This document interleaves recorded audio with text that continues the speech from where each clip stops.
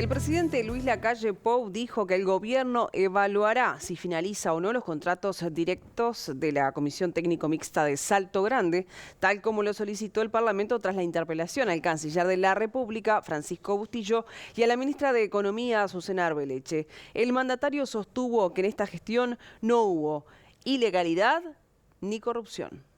Yo creo que ayer tanto el ministro de Relaciones Exteriores como la ministra de Economía explicaron claramente lo que ha sido esta gestión.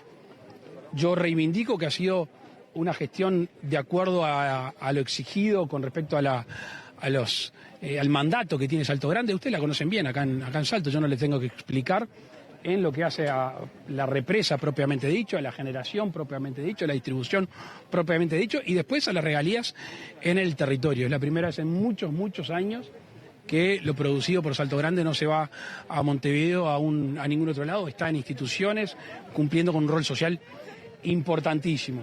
Eso en cuanto a la gestión. Después, en cuanto a los contratos, obviamente ayer se expresaba por parte del Poder Ejecutivo que es una oportunidad para mejorar cosas. Nosotros nos podemos equivocar, gente de mi equipo se puede equivocar, tan es así que renuncia. Y yo no creo que las comparaciones sean buenas, pero en estos días he escuchado muchos dirigentes políticos, básicamente del Frente Amplio, acerca de esta situación. Yo no lo tengo contado, pero ¿cuántos jerarcas del gobierno han renunciado? ¿Cuántos han, de alguna manera, o se les ha pedido la renuncia? Por distintas razones, no hay que emparejar. Recordemos cómo era antes. Se decía que se le hacía bullying, se le hacía caravanas, se los aplaudía en el Parlamento. Entonces yo entiendo que a veces cuando hay una actitud distinta, que hay una actitud distinta, no se entienda. ¿Estamos vacunados contra alguien que se equivoque? Porque claramente acá no hay ilegalidad y tampoco hay corrupción. Sí, un abuso quizá indiscriminado de un mecanismo de ingreso. Y eso es lo que vamos a solucionar, primero, con una comunicación directa a la CTM, segundo, con un decreto y tercero, con un proyecto de ley que está yendo al Parlamento. Así que creo que la oposición hace bien en cumplir su rol de contralor del gobierno y, ¿por qué no? El gobierno cuando se equivoca tiene que rectificar el rumbo. Se va a actuar en consecuencia. Ustedes saben que nosotros no nos quedamos quietos y sobre todo cuando hay un pronunciamiento, en este caso del Parlamento. ¿Ya hubo comunicación hacia los funcionarios o hacia la delegación? No, esto fue, la interpelación terminó tarde en la noche. Obviamente yo estuve en contacto lo vi recién a Carlitos Albizu, estuve en contacto con algún otro miembro del directorio. En algunas horas ya tenemos resoluciones tomadas. Ahí no entendí mucho porque el presidente de la delegación ya renunció. El que acaba de entrar, no sé por qué se le pide la renuncia. O sea que serían otras dos personas que no necesariamente, no sé, no estamos cerrados a hacerlo, pero no entendí mucho el pedido de renuncia de esas personas cuando el principal gestor de Salto Grande renunció.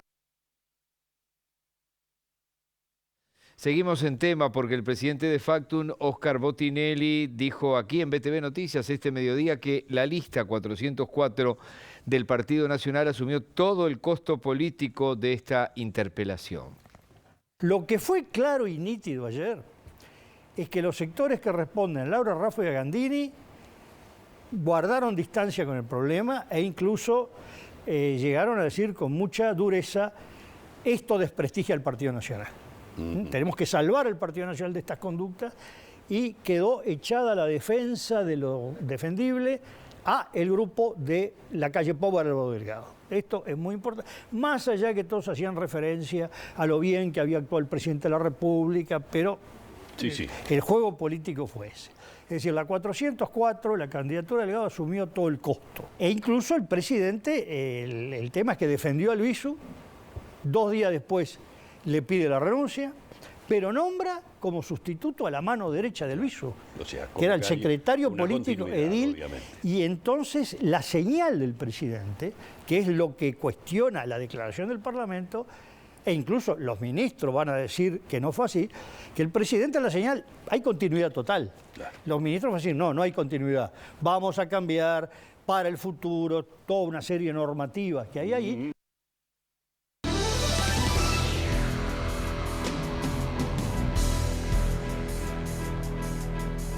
La Asociación de Magistrados Fiscales del Uruguay anunció que se declaró en conflicto luego de que se aprobara una serie de artículos en la rendición de cuentas que afecta al trabajo de los funcionarios del Ministerio Público, según detallaron en un comunicado.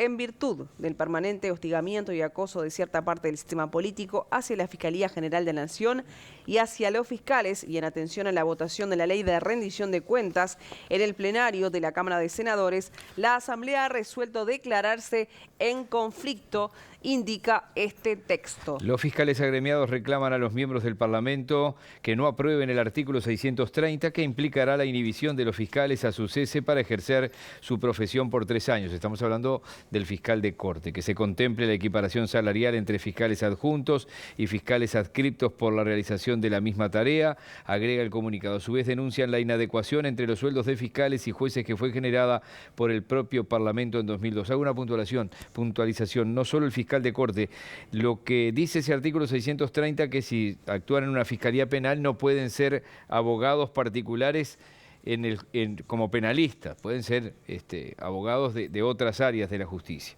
La primera medida que tomaron los fiscales es que a partir de hoy no atenderán más a abogados o abogadas el próximo jueves. Mañana el gremio va a realizar una conferencia de prensa, pero antes celebrará una sesión evaluatoria para ver cómo sigue el conflicto. Y ahora nos trasladamos al Parlamento porque allí Matías Garro tiene más información. Adelante, Mati, bienvenido. ¿Qué tal, compañeros? Muy buenas tardes para todos. Nos encontramos aquí en la Cámara de Senadores, donde se está votando el proyecto de ley de rendición de cuentas, un proyecto que se aprobó en general en la jornada de ayer con los votos del oficialismo, y ahora se está votando artículo por artículo. La opción que se tomó es, comenzar primero con aquellos artículos que tienen el consenso de todos los partidos políticos y luego seguir con aquellos artículos que el Frente Amplio no acompaña. En un principio se pensaba extender la votación hasta justamente finalizar toda la votación del proyecto, pero ya se está evaluando continuar la votación en la jornada de mañana. Restan varios artículos entonces por aprobar en un proyecto que tiene casi 500 artículos. Cambiamos brevemente de tema, pero vinculado a la rendición de cuentas, como ustedes lo comentaban hace un rato nada más, los fiscales están en un conflicto desde esta jornada. En la plataforma reivindicativa reclaman, entre otras cosas, que se elimine el artículo 630 del proyecto de ley de rendición de cuentas, que establece la inhibición de los fiscales tras su cese para ejercer la abogacía por 3 años. Estuvimos conversando con el senador de Cabildo Abierto, Guillermo Domenech, quien nos anunció que este artículo se va a votar, no se sabe si en esta madrugada o en la jornada de mañana, y que hay modificaciones. Se va a inhibir por 3 años al fiscal de corte, procurador general de la Nación y fiscal adjunto de su ejercicio, y los fiscales penales estarán inhibidos por 1 año para que actúen en la sede que ocuparon en el año anterior al cese de la Fiscalía. Esos son los cambios que se va a realizar a este artículo. Entienden que con esto se puede destrabar el conflicto que están llevando adelante los magistrados. Estuvimos conversando con Juan Faúndez, porque dentro de las medidas de lucha de los magistrados, una de las primeras medidas fue no atender justamente a los abogados. Esto nos decía Faúndez. Nosotros como abogados no tenemos nada que ver con el conflicto. En el sentido de la preocupación de los fiscales acerca del artículo que les prohibiría a los fiscales no poder ejercer la profesión durante 3 años, nosotros ya lo manifestamos públicamente que estábamos en contra de eso, que esa limitación solo correspondería a los fiscales generales, o sea, a los titulares de la Fiscalía, en virtud de que son los que designan los fiscales. Inclusive hasta escuchamos y entendimos una posición de que tal vez los fiscales tendrían que abstenerse de actuar en las fiscalías donde ellos habían trabajado, pero después trabajar comúnmente, lo que parece razonable, que no tendría que estar más allá de mencionado en alguna reglamentación, porque es obvio eso. Pero bueno, estamos un poco esperando a ver cómo sigue esto. En otro orden, como ya saben, se llevó a cabo una maratónica interpelación a 2 ministros por las contrataciones en la Comisión Técnico Mixta de Salto Grande. Ya escuchaban la palabra del presidente de la República, Luis Lacalle Pou. Estuvimos conversando hoy con quien fue el miembro interpelante, el diputado Nicolás Viera, quien dijo que el presidente de la República reconoce tarde esta situación y además advirtió que Lacalle Pou recibió el tirón de orejas de todo el sistema político, pero particularmente de su sector. Esto decía el diputado del Frente Amplio. Siempre es de recibo que alguien tenga la suficiente talla para reconocer los errores. Yo lo que sí creo que el presidente lo reconoció tarde, porque pasó de respaldar en todos los términos de la gestión de Albizu y de decir que era persona de su confianza, a hablar ahora de abuso indiscriminado de ingresos en CTM. Bueno, yo creo que el presidente sintió el tirón de oreja que el sistema político todo, incluido su bloque de coalición, le está dando, y eso creo que le suma a un proceso de transparencia que en este tema el Uruguay necesita.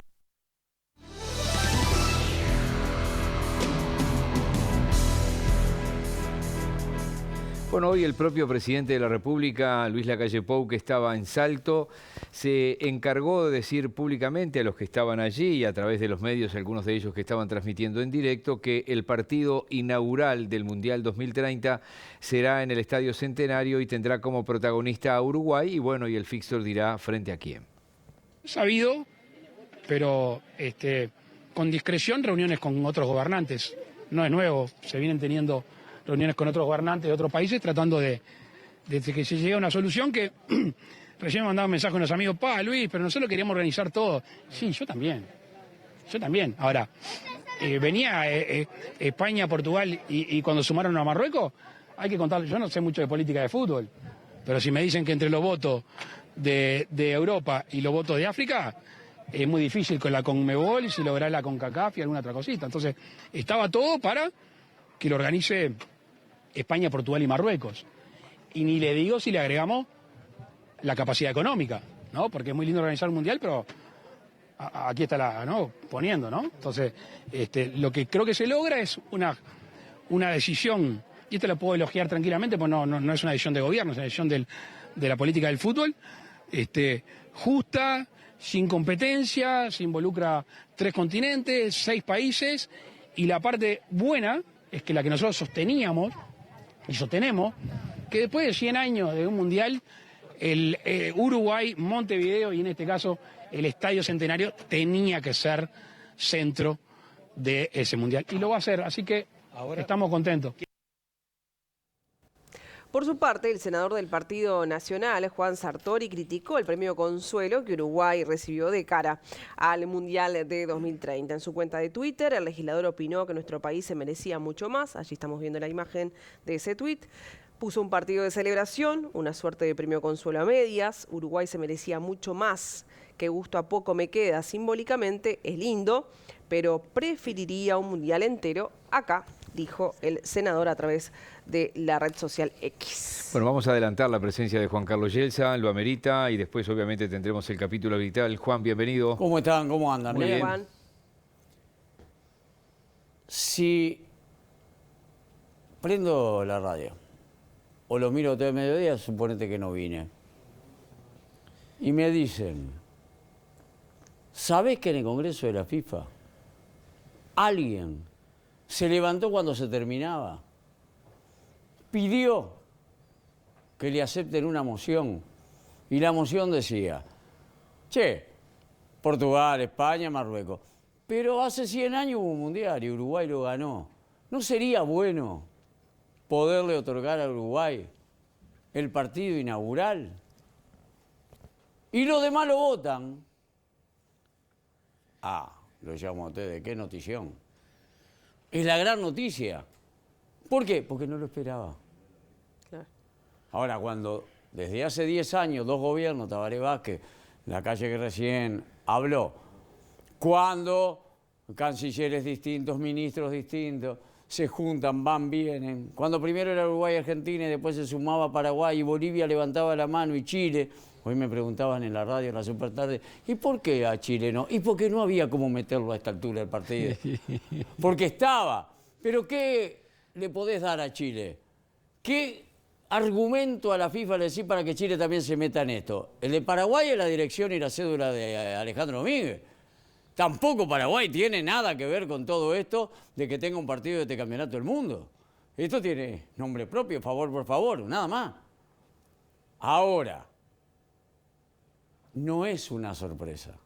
Fue la búsqueda de un campeonato del mundo, que hoy la FIFA lo que hizo fue bajar la candidatura de América. Es como aquello, qué golazo que hiciste, qué bien, pero mirá que perdí 3-1.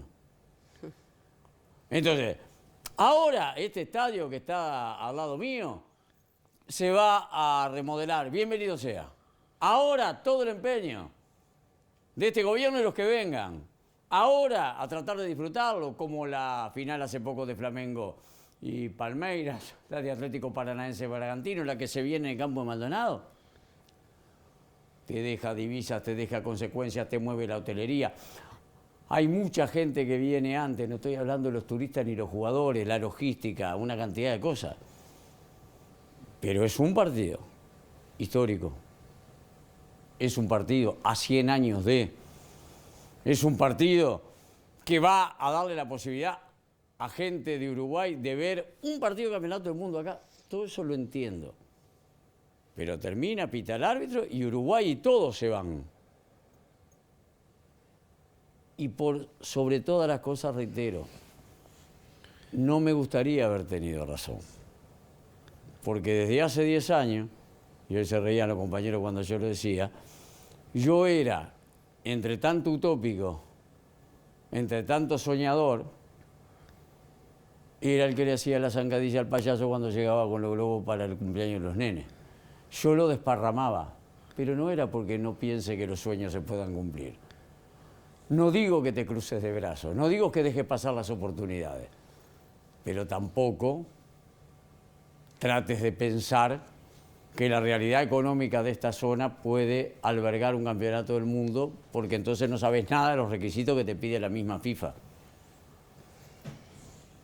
Hoy, más que nunca, considero que si se hubiese hecho en tiempo y forma, Uruguay podía haber peleado por la Copa de Oro. Y podía haber tenido en una semana o en 8 días, capaz junto con Argentina, las 8 mejores selecciones del mundo. ¿Cuándo? No sé, unos meses antes del 30, unos meses después del Mundial, cuando el calendario te lo dé. Y es muy buen campeonato, con fundamento histórico. 100 años del estadio, 50 de la Copa América, el Mundial que ganaste, la Copa América que ganaste. Ahora esto, y vamos todos atrás de esto. Y estemos contentos y disfrutémoslo. Pero cada cosa en su lugar. Participamos mínimamente de un Mundial, la historia nos lleva a eso, pero el Mundial se lo dieron a otro, se lo dieron a Europa y Sudamérica lo perdieron. Te esperamos.